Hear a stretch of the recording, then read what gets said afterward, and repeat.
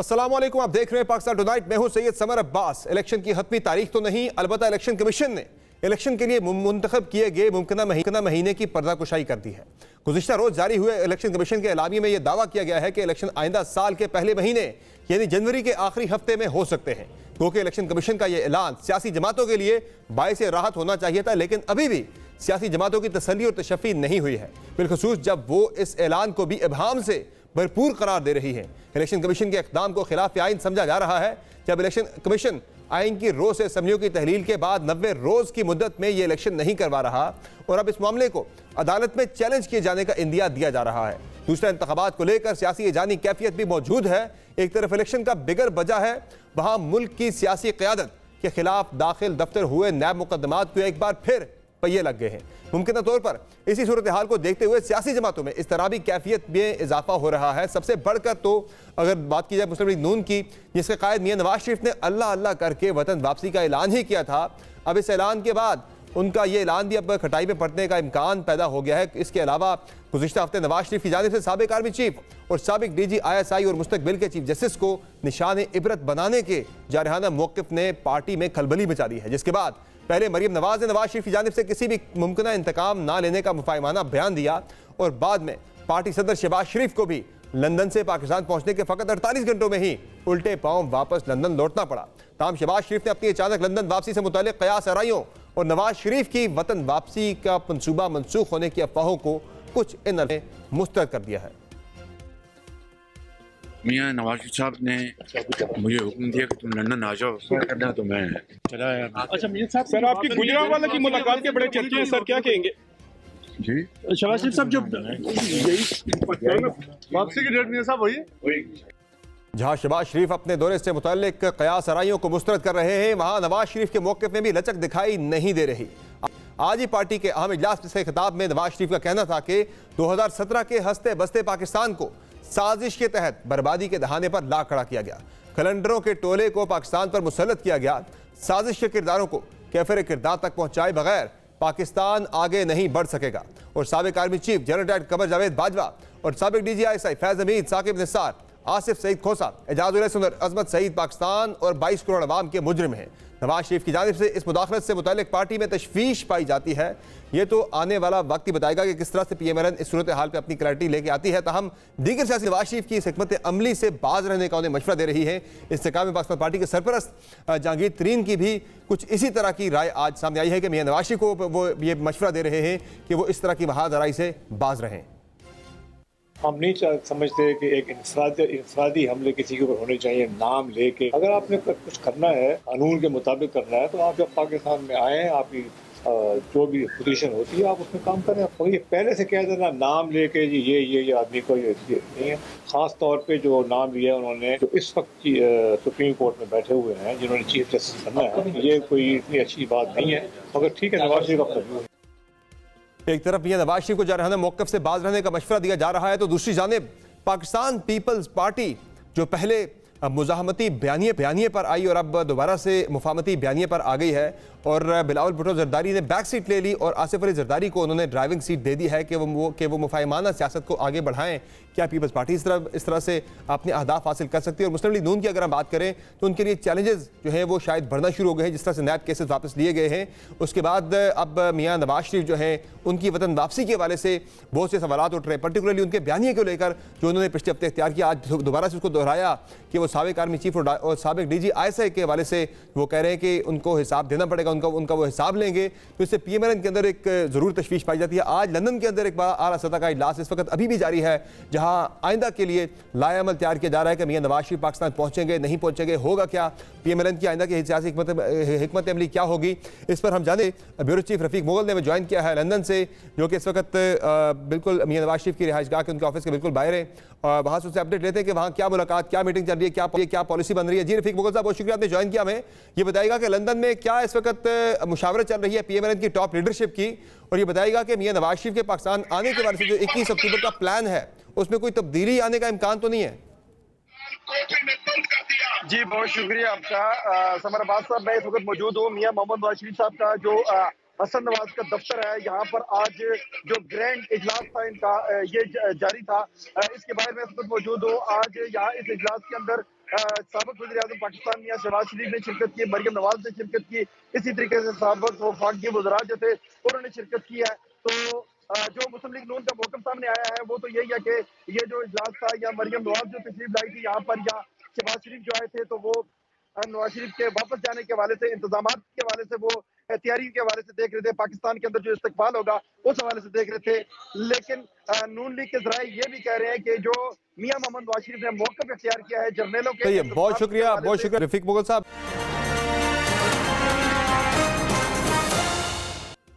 Welcome back नाज़रीन। Break से पहले आप खिताब सुन रहे थे निगरान वज़ीर-ए-आज़म अनवारुल हक काकड़ का अक़वाम मुत्तहिदा की जनरल असम्बली से उनका खिताब था, और जिसमें उन्होंने मसला कश्मीर के हवाले से बात की। भारत के हवाले से उन्होंने कहा कि हम बेहतर ताल्लुकात चाहते हैं तमाम पड़ोसियों से, भारत समेत। और बाकी उन्होंने कहा कि अफ़गानिस्तान के हवाले से सूरत हाल पर बात की कि वहाँ से पाकिस्तान के अंदर दहशतगर्दी जो है वो आ रही है, उसे रोका जाना चाहिए। और फिर क्लाइमेट चेंज के हवाले से प्राइम मिनिस्टर ने बात की, और इसके अलावा उन्होंने बात की पूरी दुनिया के अंदर जो इस वक्त सर्द जंगें चल रही हैं उसका उन्होंने बतौर ख़ास जिक्र किया, और आलमी बरादरी से यह दरख्वास्त की कि वो इस हवाले से अपना किरदार अदा करे। ओवरऑल प्राइम मिनिस्टर की स्पीच की बात की जाए, तकरीबन उन्होंने 15 मिनट का खिताब किया है, एक मुख्तसर खिताब था, और बड़ा टू द पॉइंट उन्होंने जो है बातचीत की है। वो डिटेल, चूँकि भारत के हवाले से अगर हम बात करें, वहाँ अक़लियतों के साथ जो सलूक हो रहा है उसकी बात हुई, लेकिन रिसेंटली जो कनाडा के हवाले से एक बड़ी डेवलपमेंट हुई थी उस पर कुछ ज़्यादा बात नहीं हो सकी। हमें इम्तियाज़ गुल साहब ने ज्वाइन किया, उनसे उनका तजिया लेते हैं प्राइम मिनिस्टर के स्पीच के हवाले से। इम्तियाज़ गुल साहब, बहुत शुक्रिया आपने प्रोग्राम में। ओवरऑल आप कैसे देखते हैं? प्राइम मिनिस्टर का मुख्तसर खिताब था, टू द पॉइंट था, एक लिखी हुई स्पीच थी, इम्प्रेसिव थी। क्या इस फोरम पे जाके कैपिटलाइज कर सके प्राइम मिनिस्टर पाकिस्तान, या फिर जस्ट एक ये रूटीन की स्पीच थी? देखिए, अव्वल तो मेरे ख्याल इन वज़ीर-ए-आज़म को अक़वाम मुत्तहिदा के इजलास में जाना ही नहीं चाहिए था, क्योंकि इनका मैंडेट ही नहीं है। ये बहुत पुरानी बातें हैं, और पुरानी बातों में जो लोग फंसे रहते हैं वो कभी चांद पे नहीं पहुंच सकते। सर, इस ज़िम्न में सर कुछ एफर्ट जो रिसेंटली स्टार्ट हुई हैं, जिस तरह से पाकिस्तान ज़ाहिर है दुनिया में मुआशी तौर पर हम इतने कमज़ोर हैं कि हम इतने रेलेवेंट नहीं रहे दुनिया के अंदर। भारत इसलिए रेलेवेंट हो गया कि वो मुआशी तौर पे दुनिया के अंदर उसकी एक से है कि वो चूँकि वो इकोनॉमिकली रेलेवेंट है पूरी दुनिया के अंदर, एक बड़ी मार्केट है। तो अभी जो एफर्ट्स तो स्टार्ट हुई है पाकिस्तान के अंदर, वो भी ज़्यादा JHQ से स्टार्ट हुई हैं एफर्ट्स के, जो SIFC के तहत पाकिस्तान के अंदर सरमायाकारी लाने के वाले से, मुश्किल को ठीक करने के वाले से जो कोशिशें हो रही हैं। हमें पहले इकनॉमिकली वायबल होना है, उसके बाद फिर हम खारजा पॉलिसी भी पे हमारी कुछ से हो सकती है दुनिया के अंदर। जी बिल्कुल, बड़ी नेक ख्वाहिश है। हमें इक्तिसादी तौर पे तरक्की करनी चाहिए, इक्तिसादी बहाली के बाद ही हम मजबूत हो सकेंगे। लेकिन बात यह कि हमारा जो गवर्नेंस का निज़ाम है इक्तिसादी तरक्की के हवाले से, आज भी वो 19वीं सदी का है, 50 साल पुराना मॉडल है। एक ऐसा मॉडल है जिसमें FBR बिल्कुल कुंडली मार के बैठा हुआ है तमाम वसाइल पे, और आप यहाँ पे गैर मुल्की सरमायाकार यहाँ पे कोई नहीं आएगा, उस वक्त तक नहीं आएगा जब तक FBR से ये तमाम जो ब्यूरोक्रेट्स हैं इनका कब्जा नहीं ख़त्म किया जाएगा। क्योंकि ये जो भी इनके सामने सरमायाकार आता है उसको निचोड़ने की, टैक्स लेने की नहीं बल्कि निचोड़ने की कोशिश करते हैं। 1 साल 2 साल से ज़्यादा टैक्स रिबेट नहीं देना चाहते हैं। तो उसमें बहुत सारे मसाइल हैं जो पाकिस्तान के अंदरूनी तौर पे हैं। यानी सरमायाकारी जो आएगी गैर मुल्की, उसके साथ साथ हमें अपनी मईशत को ठीक करने के लिए हमें अपने सिस्टम को भी ठीक करना है, जो कि बिल्कुल रॉट हो चुका है, और बजाय फैसिलिटेट करने के इन्वेस्टर्स को वो उन्हें ज़्यादा मुश्किल में डाल देता है। बहुत शुक्रिया इम्तियाज़ गुल साहब, आपने प्रोग्राम में ज्वाइन किया। नाज़रीन, इसी पे एक मुख्तसर ब्रेक लेते हैं, ब्रेक से वापस आएंगे, बात करेंगे Pakistan cricket team world cup के लिए हमारा स्क्वाड अनाउंस हो गया है, और स्क्वाड में कुछ ऐसे नाम शामिल कर लिए गए हैं कि जिनके हवाले से जो क्रिकेट शायकीन है पाकिस्तान के अंदर उन्हें बड़ा शदीद एतराज़ भी है। टीम का जो हमारा स्क्वाड बना है वर्ल्ड कप के लिए, कैसा स्क्वाड है, साबिक चीफ सेलेक्टर मोहम्मद वसीम की नज़रों से उनसे हम जानेंगे कि वो अगर होते चीफ सेलेक्टर तो वो क्या टीम सेलेक्ट करते हैं, और ये टीम जो हमने भेजी है वर्ल्ड कप के अंदर इससे कितनी उम्मीदें लगाई जानी चाहिए। बातों की ब्रेक के बाद बात करते हैं।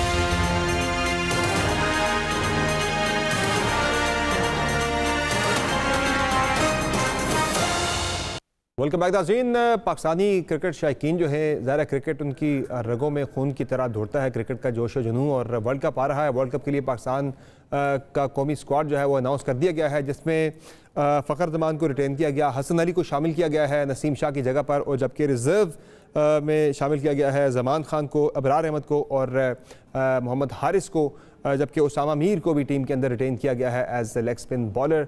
ओवरऑल हमारा टीम का बैलेंस कैसा है, स्क्वाड कैसा है, जानेंगे मोहम्मद वसीम से जो कि साबिक चीफ सेलेक्टर हैं। वसीम भाई, बहुत शुक्रिया। कैसे देखते हैं आज की टीम की अनाउंसमेंट को? बेहतर बैलेंस टीम हमने अनाउंस किया या लैकिंग्स आपको नज़र आ रही है इसके अंदर? देखिए एक चीज़ तो एक्सपेक्टेड थी कि बहुत से लोग शायद वो सोच रहे थे कि मैसिव चेंजेस आएंगे एशिया कप की टीम के अंदर, तो वो आपको एक आधी चेंज नज़र आई है। तो दैट मीन्स के फेथ है टीम मैनेजमेंट का भी, सिलेक्शन कमेटी का इन प्लेयर्स के ऊपर। सिलेक्शन देखो ऐसी एक चीज़ है समरा, ऑब्वियसली कि आप डिफरेंट एंगल से देखोगे तो कोई ना कोई आप उसमें आप ढूंढ सकते हैं कि यार इस चीज़ को बेहतर हो किया जा सकता था, इस चीज़ को बेहतर किया जा सकता था। कुछ हैं तफाज़ात तो नहीं मैं कहूँगा, लेकिन डिबेटेबल चीज़ें हैं इस टीम के अंदर।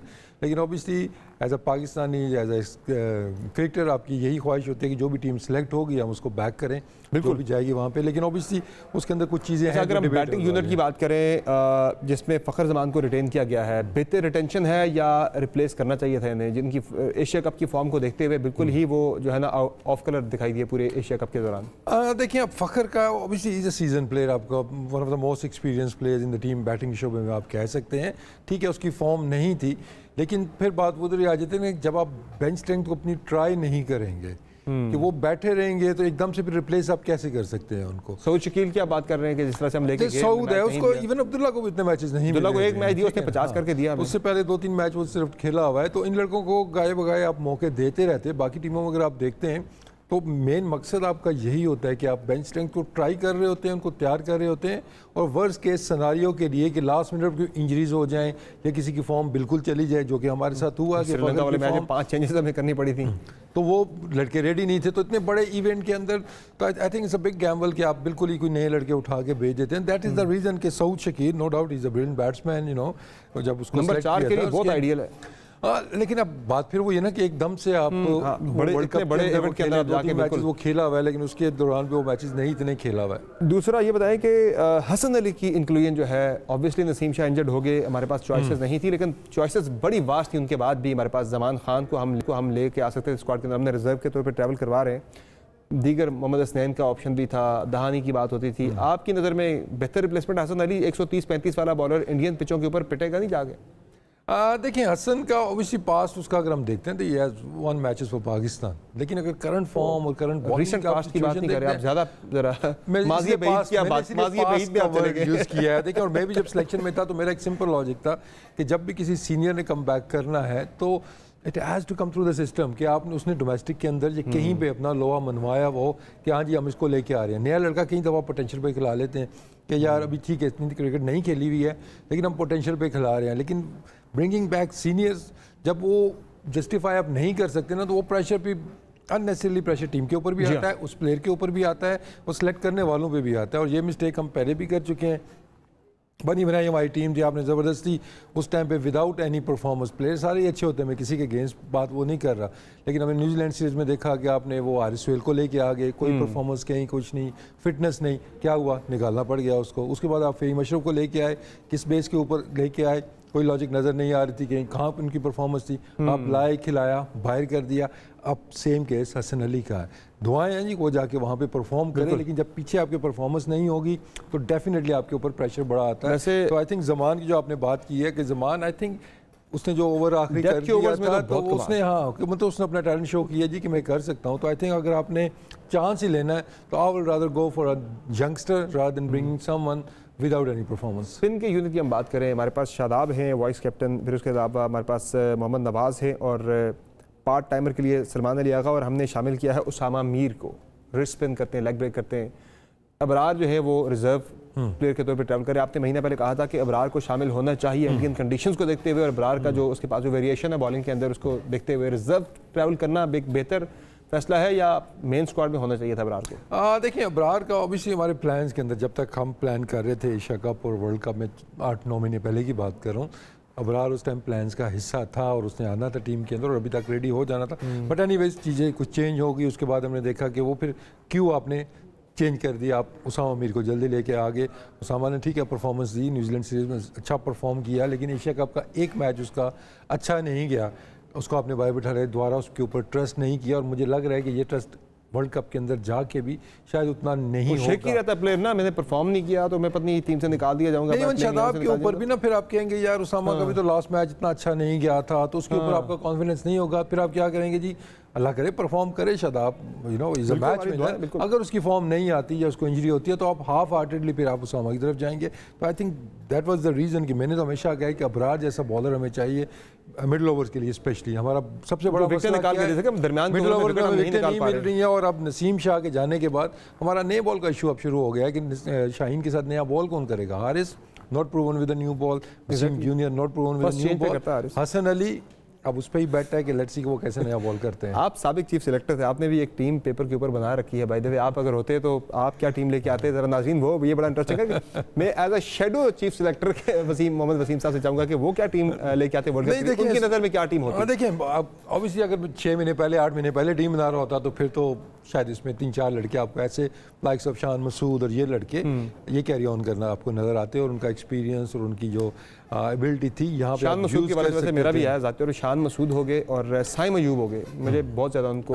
लेकिन फिर बात वही है ना कि फिर आप वो एशिया कप से बाहर नहीं होता था शान मसूद, उसको एशिया कप भी खिलाना चाहिए था और वर्ल्ड कप में भी आपका हिस्सा था। एकदम से आप नए लड़के फिर लेके आ गए मेगा इवेंट के लिए। हमारा रिकॉर्ड तो अच्छा है कि भाई लड़के नए आते हैं तो वो आके वो करते हैं, लेकिन मैं इन्हीं लड़कों के अराउंड टीम तो मैं उसमें ज़्यादा नहीं देखेंगे क्योंकि एशिया कप के अंदर जो टीम आई थी मैं उसी पे ज़्यादा वो स्टिक करूँगा। तो उसमें शायद मैं मेरे पे होता तो मैं उसामा मेरा रिजर्व में होता, इसी तरह सऊद मेरा रिजर्व में होता और सऊद शकील होते और हसन अली उधर होता और उधर मैं जमान को लेके जाता और अबरार को मेन टीम के साथ रखता।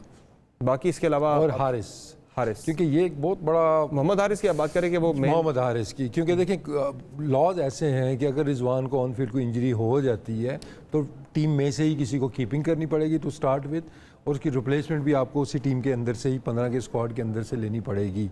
अगर आपने ड्यूरिंग द मैच के लिए ड्यूरिंग द मैच और ड्यूरिंग द टूर्नामेंट भी अगर आपको प्लेयर अगर लेट्स से कि रिजवान इंजर्ड हो गया जी 2 मैचों के लिए तो आप हारिस को अंदर लाने के लिए आपको किसी ना किसी को बाहर निकालना होगा। तो अगर आप रिजवान को रिप्लेस करते हैं तो रिजवान पूरे वर्ल्ड कप से बाहर हो गया आपका, ठीक है ना। रिप्लेसमेंट परमानेंट होती है, ये नहीं कि एक मैच के लिए हारिस को बुला लिया फिर वापस रिजर्व में से अगर आप किसी को मेन स्क्वाड में लेके आते हैं फिर वो परमानेंटली उधर ही रहेगा वो। तो ये एक थोड़ा सा टेक्निकल पॉइंट है कि जहाँ पे हम फंस सकते हैं कि कुछ मसला हुआ टीम के अंदर तो फिर आपको पार्ट टाइम कीपर के साथ ही जाना पड़ेगा। लेट्स से जी के रिजवान 2 मैचों के लिए 2 मैचों बाद फिट हो जाएगा तो 2 मैच फिर आपको निकालने होंगे, शायद बाबर कीपिंग कर ले या इमाम कीपिंग कर ले, तो ये थोड़ी सिचुएशन काफ़ी ट्रिकी हो सकती है। तो डेफिनेटली सेकंड विकेट कीपर आपके पास 15 के स्क्वाड में होना चाहिए था। इंडिया के विकेट्स को देखते हुए आप क्या समझते हैं बैटिंग यूनिट को और हमारे स्पिन अटैक और हमारा जो पेस अटैक है बैलेंस कमी देखिए, जो टीम चली गई है अच्छा हम चूँकि हमारा मैच आ रहा है इंडिया के साथ 14 को, अगर मैचेस होते हैं 270 280 वाले, आज भी ऑस्ट्रेलिया का मैच चल रहा था इंडिया के साथ तो वो 280 वाला मैच